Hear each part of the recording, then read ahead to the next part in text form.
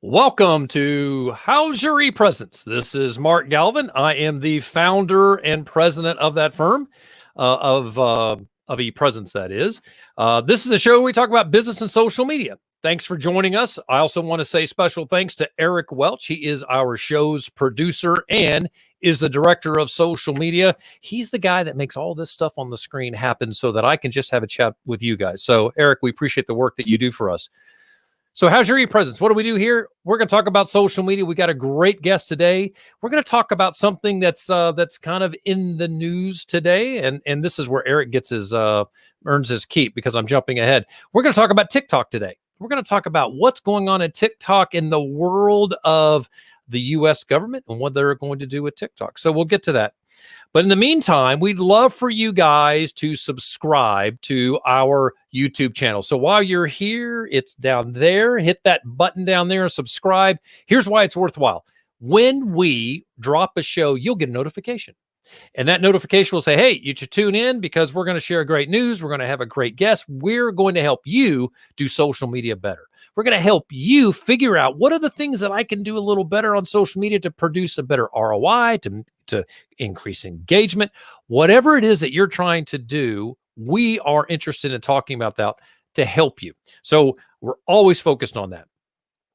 Now, we're also trying to help people on social media, especially LinkedIn these days. In the days that many of you may be out there looking for a job or looking for a promotion, we're trying to figure out how to get a better ROI on your LinkedIn profile. We are running LinkedIn webinars right now. So here's something interesting. In 2008, there were only 35 million people on LinkedIn. So back in the last financial crisis, only 35 million. Today, 700 million people are on LinkedIn. So it is the place where you have to make sure that you are building your brand, you're sharing that brand, you're taking care of your first impression that people will have of you. It's going to happen on LinkedIn. So let's make sure it's great. How do you do that? Come see us. We're running a great webinar on how to clean up your LinkedIn profile. We go over 5 things. It is half price because you're watching this show. So by being a How's Your ePresence viewer, you can go to our website, and it's running along the bottom of the screen there, epresence.me/podcast.webinar. If you go there, we are giving it out. We're giving to all the viewers for $37.50. That's half price. We typically charge $75 for it, but we're trying to help you out. So if you go there, you're going to see your profile views go up by 400%. Here's something else. We're guaranteeing it. If you go to the webinar, you don't like it or you don't feel like the value was there, I'm going to refund your $37.50 and I'm going to pay you for your time. I'll pay you $20. I am so confident that this webinar is so valuable and that you'll walk away with some key things that I'm going to pay you if you don't like it. So join us there. Valuable training, epresence.me/podcast.webinar. That's epresence.me because it's all about you. Well, today we got a great show. We're going to talk about TikTok, but I want to introduce you to a very cool guest. Welcome, Jesse Smith, to How's Your ePresence? Jesse, are you out there? There he is. Welcome, welcome. Oh, can't hear him. There he is. How are you, sir? I'm doing well. How about yourself? I'm good. There's a delay on my screen, so which typically happens. I need to listen to you, not look at you. Well, glad you're here. And you have started something. Is it okay if I say it's new? Yeah, I would say it's definitely new. Yeah. So here's what Jesse's doing, you guys. He is starting a new franchise, a new website, a brand new idea called the WorldWide Dance Challenge. Jesse, tell everybody what that is. Yeah, so basically what we do is we bring dancers from all around the world, all different styles, and they compete head-to-head live online in front of a live audience to have a chance to be named the world's best. The beautiful thing about it is that we've eliminated the geographical barriers, financial barriers. All they really need is a cell phone, a place to dance, and internet connection, and we can go. So I could, and I'm a great dancer, so I could grab my phone and I could put it up there and I could challenge someone else, and I'm judged how? Yeah, so we have two judges, and both the judges, myself, and the other judge, Chasen Hampton, have been in the entertainment industry for a long time. Oh, cool. So we definitely, Chasen Hampton was on Disney's the Mickey Mouse Club. He was also part of the first supergroup put together by Disney called The Party. He's been on multiple TV shows, and now he runs an artist development company. So So cool. we've got him and myself, and then we do bring on guest judges as well. But then we have the audience also go to our website at worldwidedancechallenge.com and cast their vote on who they feel brought it best. So we technically have 3 judges, and we judge on a variety of things on, how well they connect with the audience, even though it's still on a screen. How prepared were they? What is their overall delivery? And then we get into some technique as well. But, we can have a ballet dancer going against a crumper. You can have a b-boy going against a contemporary dancer. We don't care about style because it's all about who brought it best. Wow. And this is interesting because I really like America's Got Talent, right? Yeah. It's one of those things I think is really cool. My family and I, we enjoy watching it. I particularly like when they bring somebody out on stage who has no success in whatever it is in the part of their life, and they walk out there and they do something great. Yep. They do so much better in front of a live audience. Mm-hmm. And in fact, there are sometimes the acts, their story may be better than their actual talent, but because that story is so phenomenal, the crowd goes wild. Yeah. So it's got to be hard to dance in front of a phone and still feel like you're putting on your best performance. But I guess you've done a lot of work in this, and we're going to get into some of your bio. But there are a lot of times that people are having to perform to a camera, so they don't get any interaction with the audience. So is that kind of normal for most of the dancers that you see or that you work with? I mean, because of the day and age that we're in, we have to start getting used to interacting with cameras. And I had somebody make this mention at an appointment that I was at just not too long ago. Said, "Well, when do you think things are going to get back to normal?" Never. They're never going to get back to normal. Yeah, we're going to have to start learning to live out a new normal. And that new normal is understanding how to perform in front of a camera. So, yeah, there's definitely challenges on that end. And that's one of the things that I love about this show is the show definitely is about the entertainment factor. But our purpose for doing this show is to not only give the dancers a platform to perform on, but my heart is to be able to help dancers actually turn their passion into a career. So we coach them. We spend time after the episodes helping them develop their career and giving them, advice that they could pay easily thousands of dollars for coaching on. And we're just pouring that into the dancers for free because we just want to see them succeed. This is so cool. All right. So all of you are probably wondering, great, this guy's he's got a website. He's doing dances. What does this have to do with social media? Stay tuned. You're going to find out, because the marketing side that Jesse brings to the game is probably, I'm going to say, is more impressive than his dancing, although he's a pretty good dancer. I've watched some of his videos. So there's that. So let's share a little other information. You're a professional performer. You're a professional dancer. You've danced with stars like Justin Timberlake and Rihanna. So what does that mean? Tell me, when you said you've danced with them, what does that mean you've done? Yeah, so I had an opportunity to do a Pepsi commercial with Justin Timberlake back in the day. So I was out in LA in 2005, 2006 time era. And then I also got to do some work with Rihanna on a Nike promotional video that I got to dance with, a bunch of really talented dancers. A number of them they were touring with Madonna at the time.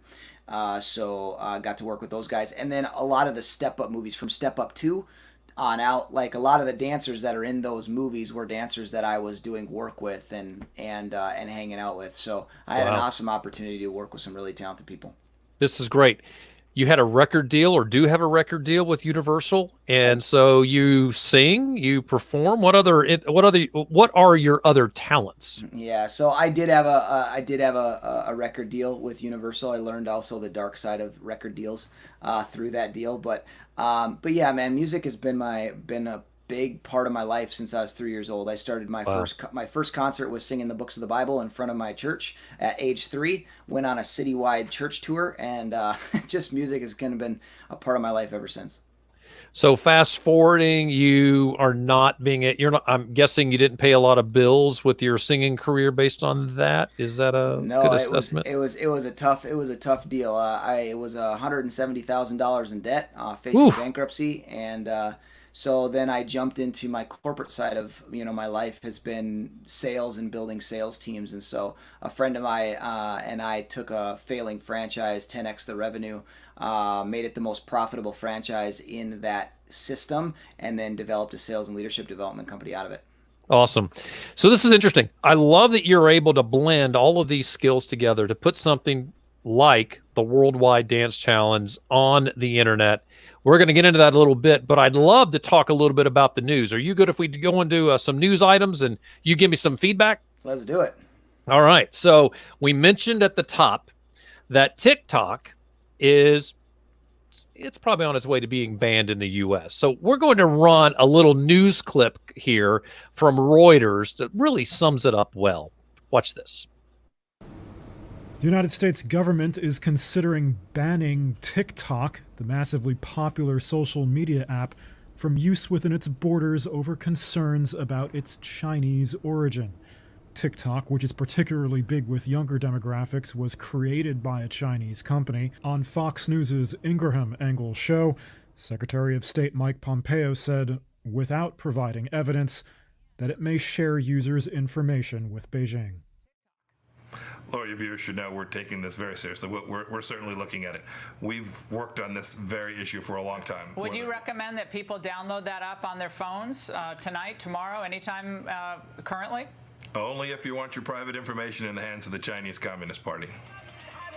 India has already banned TikTok and other Chinese social media platforms, although TikTok's company, ByteDance, says it has never provided any user data to China.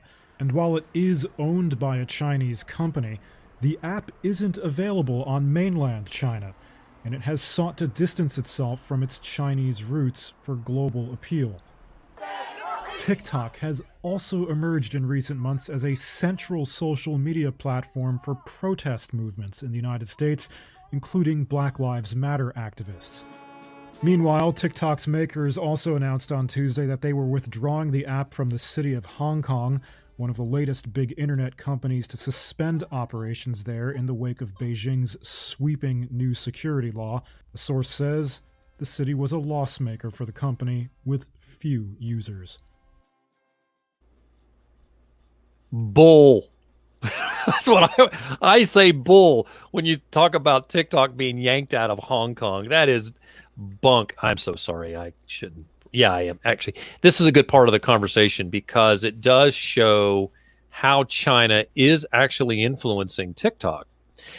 So that's the big deal. If I'm sharing content on TikTok, the Chinese are grabbing it and they're storing it and they're doing whatever they want with it. What do you think, Jesse, is the problem with TikTok, or is there one?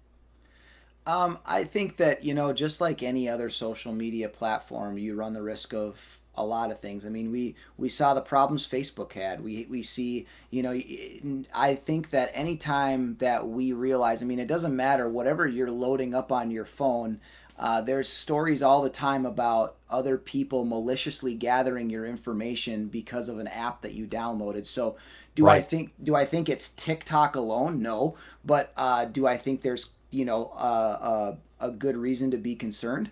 Sure. Right. Absolutely. I think there's a lot of things that we don't know yet.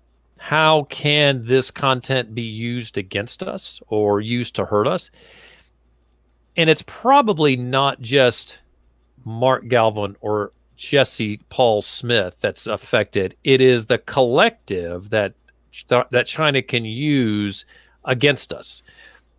I think that we are looking at a time, and this is totally opinion, we're looking at a time in our country's history where we are becoming more and more fragmented, where we're finding more things wrong with each other than things that we like about each other. And that's what's great about your program. You're doing something that is bringing people together. We need more of that. Yep. But if TikTok can figure out a way that they can start to fragment us even more, then I could see that being an advantage of the Chinese. They were seeing that people in Hong Kong were using it to create that we're to support the movement against the Chinese government. That's why it's not in Hong Kong anymore. So it does show that the government of China is doing something with TikTok. It is very appropriate for the U.S. government to say this program is a problem, and they may not share all the reasons why. Regrettably, we're going to have to trust government that they're doing something that is truly good for us, not just something that's politically expedient. And that's a big question. And that's part of the fragmentation that we have in the U.S. How do we determine whether we should use TikTok or not? Because I'm mesmerized by it. As soon as I turn it on, I can't stop. I'm looking for a chicken recipe now. I go onto TikTok and say, hey, what are the chicken recipes? And people are showing me how to make a great chicken recipe. Mm-hmm. This is such a fascinating, extremely entertaining medium that the challenge is it's easy to get addicted to, and there's a lot of people that love it. You said something before the show about putting all your eggs in one basket. There's a lot of people that are working on TikTok and investing in it exclusively. Is that a problem? Yeah, I think anytime that you put all your eggs in one basket, you set yourself up to fail. You know, I have a lot of people that I'm interacting with. TikTok is a huge platform for dancers. And dancers are now getting sponsors, and you got dancers that maybe have 30,000 people that follow them on IG, Instagram, but right. Their TikTok following right now, because of the organic algorithm that TikTok gave you at first, and they're starting to change some things now, but it was a lot easier to grow a following on TikTok because it was still the new kid in town. And so you got some kids now that are at 500,000 to 1 million followers on TikTok, and they have 30 to 50,000 followers on Instagram. And so, but the issue is that you don't own that platform. Don't ever build your empire on somebody else's playground, because if they decide that they want to take away the playground, there goes your empire with it. And that's why it's so incredibly important. You know, whether you listen to Gary Vee, you listen to Michael Hyatt, you listen to anybody that has an understanding of building an audience, you want to know that you want to own the end destination for your client and your customers. And that's why building your email list, I'm going to give a big shout out to Dave Gambrell. That's why you want to build your email list, because when you have their email, it's yours.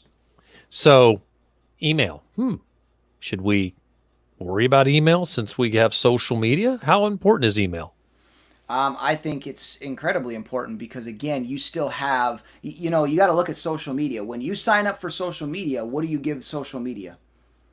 You give them your name and you give them your email address, because they know that is incredibly important. So if they're building their entire platform on getting your email list, on getting your email information, we probably should think about the same thing. Well, that's a great point. We do give them a lot more once we get on the platform, but you're right. Yeah, to start off, they just want your email. Exactly. Yep. There's a piece here I'd like to highlight from a best business practice perspective. If you are, when you're marketing, market in multiple places. Don't spend all of your marketing dollars exclusively, for example, on Facebook. Yep. Facebook may change the algorithm. They may change the rules. Yep. Google will do that to you. Instagram, by the way, that's Facebook. Instagram could change the rules. You've got Twitter who could change the rules. If you are diversified, much like your financial portfolio ought to be diversified, spend your marketing dollars in a number of places so that if TikTok decides they're going to go away, who cares? That's about 10% of my expense, my marketing expense. So I don't have all my eggs in one basket. Or Google decides they're going to change the algorithm. Fine. Let them change the algorithm. While you're trying to figure that out, your other platforms are still performing well. So you want to be 100%. In multiple places. Yeah, well, good stuff. Like I said, I think that these social media platforms, they're definitely necessary. It's not that I'm saying don't go and play in their playground. That's how you meet the new kids, right? So I definitely encourage that. But I see so many content creators, they're putting all their eggs in one basket by building a following on a certain social media platform, and then they got nothing with it. Mm-hmm. Good stuff. So I would like to ask you a question, and we were hoping to get a little clip here. So if you're watching this and you're curious about what Jesse does, I want to give you his website. So Eric, pull up. There we go. There's his website. Go take a look at what he does there. I don't want to spend a whole bunch of time describing that product because it is a great product. It's very important. I want to talk about how he got to where he is in this short amount of time. When did you start Worldwide Dance Challenge? So my business partner and I had a conversation March 29th. And 2020. Yeah, 2020. Okay. And we launched our first episode April 5th and have done 2 episodes a week ever since. And what's your reach? How many people do you have interacting? What are the analytics? Yeah, so right now we're getting as many as 55,000 people to check out the episodes. We're streamed in 67 countries, and then we've had dancers from 4 different continents on the show already. So you came to this passionate about dance and music. There's a question I have to ask you is it a good idea to focus on serving the ones let's back up. Is it better to focus on the ones you're most passionate about serving, or is there a better, more logical choice that you should follow first? Yeah, so this is a great question. And so like I told you, I had a sales and leadership development company. I am good at sales. I built sales teams. But if I have to teach somebody about how to overcome another gatekeeper, I'm going to throw up in my mouth, because it's something that I'm good at, but I'm not necessarily passionate about it. Right. And what I always was trying to justify was that was where the money was at. But I found myself in December of 2019 battling depression, burnt out, and I didn't know what to do. And so I was really struggling. I didn't know what to do.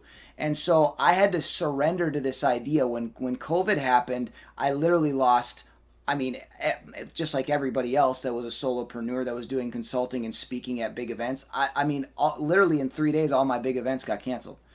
Oh, wow. And I got sat there, and I said, and most of my clients had to cancel their contracts with me because they didn't know what their future held and all these kinds of things. And so I literally sat in my room and I said, okay, like if who do I really want to serve? Like, who do I want to serve? And it's not even so much about the dance and the music that I'm passionate about. It's the people that live there. And so, what I found was I've made more progress. I've met more people, and I've created a movement that's making a larger impact in 4 months than I did in 4 years with my sales company. Why? Because I found what I was passionate about instead of what just made sense. So you're able to blend this, and some of it has to do with the right place at the right time. I just spoke to somebody yesterday who created a Facebook user group, had a very specific target. She launched it in March, and she now has 55,000 members in that group. Wow. So some of it has the right time at the right place at the right time with the right concept. But you have all that experiential baggage that you brought along with you to make this work. Could you have done this when you were in your 20s? No. Yeah. No, so absolutely blending all those talents was good for you. And this was really part of the reason you're successful, I'm guessing. Yeah, I think, and this is something that I could probably listen to myself say over and over again, because I have to keep hearing it, but it's about the journey, not about the destination. And what we don't often realize is your failure is setting you up for your success. And I love what John Maxwell says. He says the road to success is paved in failure, because you have to continue to fail over and over and over and over and over again before you actually reach the finish line. And oftentimes why we don't get to reach the level of success that we've been created to reach is because we interpret the failure as the wrong meaning. We interpret it as, I wasn't meant to do that, instead of, this is setting me up so I can. Spot on. I mean, it's oftentimes the failure can trip you up. Yep. And it creates this sense of, well, I can't do this. Yep. But you've got to push through that. Yep. So you focus on being authentic, and you're reaching an audience. So you did not grow this audience just by launching a website. How did you using your authenticity, how did you grow your audience using all the various platforms and the marketing segments that help you get to 50 plus thousand people watching a show? Yeah, I think a lot of that comes from the fact of understanding who you are and who you're not. I'm not World of Dance. I'm not America's Got Talent. I'm not So You Think You Can Dance. I understood what my strengths and my weaknesses brought to the table, and getting really clear on how those strengths can serve the people that I'm trying to serve, and also understanding who I'm serving, right? So, you know, the fact of the matter is that I could have come on the scene and said, we're going to be the next world of dance. And I'd have tried to be somebody that I wasn't. I spent a lot of my years trying to wear tailored suits that would impress people, and no matter how many times I tailored it, it never fit. Why? Because I was trying to be somebody that I was not. Like, you can see me, I'm all tatted up. I'm not that guy. But when you just come to the table and say, okay, I'm not supposed to be that guy. I'm not the the suited guy up. So I talk with a little slang. I dress like I'm 18 years old and I'm 39. Like, that's okay, because I believe that every single one of us were created to impact somebody. We just weren't created to impact everybody. And if you can really get to understand that, you give yourself permission to completely be yourself, because you realize that yourself was designed to make an impact. So being your authentic self helps you succeed robustly versus trying to be something that you're not. And I think this is a great message, period, because we get into situations, I don't care what your job is, if you're starting your own company, if you're working in a corporation, people can get stuck in trying to do something that they're not. So the boss says, this happened to me, Mark, this detailed report that is 30 pages long has 5 errors in it. I was never going to be able to fix those 5 errors, because that's not my gig. No. This just was never my gig. Nope. And what I did, I focused on trying to fix those. I got to make sure I always catch those errors. I was never going to find them, because that is not me. Mm-hmm. You've got to make sure you are your authentic self, because it will help you be more successful, because you don't have to try to be something. You don't spend the energy trying to be something that you're not. That's just brilliant. Yeah. So the next thing you said is that transparency is an important part. And I think you're being very transparent now. How are you able to leverage transparency into your success today? Transparency is humanness. People don't connect with an image, they connect with a person. So when you're trying to put on this image, this comes right in hand with authenticity. When you're trying to be somebody that you're not allowing people to see who you are. And when we realize that we connect as humans, not as images, when you're transparent, people see the humanness in you and they say, okay, that's relatable. I can understand that person. I'm not trying to be a celebrity judge or this, that, and other thing. I am a guy that is broken and flawed like everybody that I serve. I'm just here teaching them what I've learned in my humanness, in my brokenness, that's relatable to them, so that they can feel like, hey, if this guy could do it, so can I. Now, I'm not getting the impression sitting here listening to you that this is woe is me. This is a power move. It is, hey, I am going to be who I'm going to be so that I'm more successful. It's not, I can't do this, so I'm going to do that. Don't get that impression, folks. If you're listening to this or watching this, I am getting the impression that Jesse is very focused on leveraging his talents for success. And I think it's brilliant. So the vision, now, being authentic and being transparent, great. You had to have a vision to achieve something. How did you leverage that vision when, well, heck, it could have been a direct conflict with your struggles with authenticity and transparency? How do you blend that with the other two, or does it not blend at all? I mean, I think it really does blend, because when you get really authentic with who you are and understand who you serve and how you do that well, it gives you the vision, or it gives you the tools to accomplish your vision. So my vision was, I wanted to help. I could remember myself being the up and coming dancer. I didn't have money for dance classes, so I taught myself. And it was back in the day when Yahoo hosted music videos on their platform, 56K modem, right? I didn't have money for MTV. I didn't grow up with MTV. I didn't even really know about dance much until Thanks for making me feel old for the rest. But I didn't even really know much about that music genre, even because I grew up in a Christian family and that whole 9 yards. But when I started to learn about this thing about, dance, man, I just remember laying in my bed dreaming about wanting to be the dancer on those music videos, wanting to interact with those people. And what I picture in my head is there's some kid in South Africa, there's some kid that is in the United States somewhere, there's some kid in Brazil, there's some kid in France that's doing the same thing. And they don't have the resources, they don't have the mentors, they don't have the help to actually get them there. Our show is just a lead magnet to make an impact into these dancers' life. Let me get you on a show, but once I got you here, now let me help you. Doors can open. And that's what I really envisioned with this show. And that's what I have a team of 15 people that are working on this show. And that's what we talk about every single time, to the point where they're probably like, dude, we've heard it already. But I believe that we as the leader need to be the evangelizer of our vision so that people understand what we're working for. We begin every meeting at ePresence with our mission to provide excellence in social media. And I say it every meeting. And I do feel like I don't see it because we do a lot of video conferencing. So, but I'm sure if they're wishing they could roll their eyes.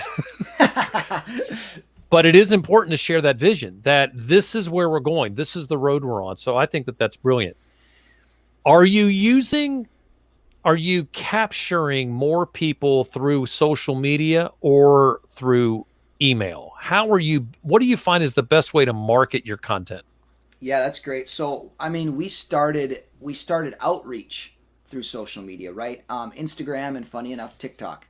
So we started Love TikTok. Yeah, started to, hey, social media is what its real concept is, just an internet version of networking, in my opinion. Right. So if you're using social media properly, it's not to build followers, it's to build your network. And so we started reaching out and doing that way. So that's how we've grown the show, because it's by reaching out to these dancers, reaching out to these DJs, reaching out to these these potential guest judges that want to get involved, and then they post it on their social media when they get them on the show, and it causes things to spiral, right? But yes, we're capturing email because I know that that's valuable, but for virality of the show, it's been caused because of social media. So here's what I'm getting. You're taking your authenticity, your transparency, and your vision, and you're applying that in a way to make sure that your content is genuine, that people want to interact with it. So it's entertaining.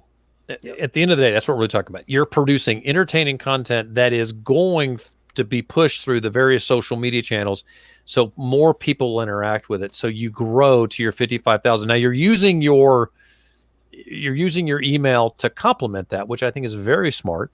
In fact, there are a lot of comments that people make about, we have email blasts that go out, and I'll get one or two emails from critics who say, you shouldn't send out email anymore. Nobody reads it.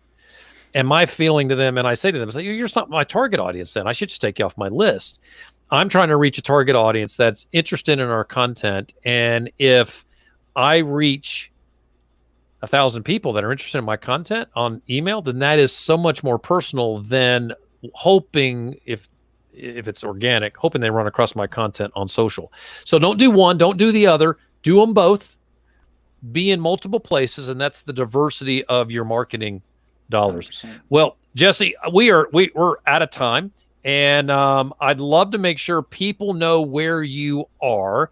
So outside of your website, are there any other places that you would like for people to track you down? Yeah, I mean, you can find us at worldwidedancechallenge.com and across all social media platforms as such. If you wanted to connect with me personally, there are a million Jesse Smiths out there, so you can find me at Jesse Paul Smith across all social media platforms, and that's the best way to connect with me there. That's cool. So Jesse Paul Smith, is Jesse Paul Smith is Jesse Paul what you go by? Is that how I should have called you all day today? No, that's okay. It's most people call me Jesse. I'm just learning I've learned that through this social media thing and branding, right? That There's got to be a way to stand out, and not many people are using their full name yet. So good. I said, let's just set a trend. That's good. Well, I love that. So there you are, folks. You can track him down at Jesse Paul Smith. His Twitter handle is Jesse Paul Smith, and his handle on Facebook is I like that. Letter I, the letter M, Jesse Paul Smith on Facebook for your handle there. Jesse, thanks for joining us today, sharing with us how you've built this to where you are. Folks, go check out WorldWide Dance Challenge. Go check out that website. What they're doing is so cool. You're going to find it as something that you're going to tune into again and again and again, because these folks are talented. And you see the way they move. I would say, I joked, it was tongue in cheek, I can't dance. I saw these people dancing. There is no way I would want to end up on the dance floor. I'm good at the, back in the day, they used to call it the white man's overbite. Yeah. My business partner is a self-proclaimed professional at the finger wag, so that's what he does. Well, we love that. All right, Jesse. Well, thanks for being here, my friend. Let's stay in touch, and I'd like to have you back on in a year to see where have you gone in a year, and discuss how you got there. Does that sound like a plan? It'd be fun. All right, my friend. Well, thanks for joining us. We love that you joined us today. For all the rest of you, thanks for joining us here on How's Your ePresence. If you're curious about our company, ePresence, this is what we do. We are a full-service social media agency. We manage personal, company, and collegiate social media. That means that we clean up the CEO and the entire C-suite social media, because you've got to have robust personal profiles these days, and that complements the overall mission of the organization. So we do that. We can drive full company social media. We can do advertising. You need to be advertising on Facebook. Facebook is still very active. Billions of people on Facebook. You can reach them there. And also, we can help a college student get on LinkedIn, have a great profile. If you're interested in our offerings, you can, as a How's Your ePresence listener, you can get 5% off on all of our service. And you get that discount by simply going to epresence.me/How's Your ePresence. So epresence.me/How's Your ePresence, or give us a buzz. You can reach us at 404-939-8094. All right, folks. Thanks for joining us. You can find How's Your ePresence everywhere. We are doing live shows once a week on YouTube and Facebook. Make sure you like our show. Oops, it's this way. So hit that subscribe button down there and subscribe to the show so you know when we go live, or you can always catch us afterwards. You can see the shows. You can listen to us on any podcast app. We're on Spotify. We are on SoundCloud, iTunes, you name it. We are on your podcast channel. So go search for us there and add us to your feed. We're always adding content so you can be better at your social media. Finally, go to our website, epresence.me. We have all our shows there as well. So until my guest, Jesse Smith, I'm Mark Galvin, and this has been How's Your ePresence?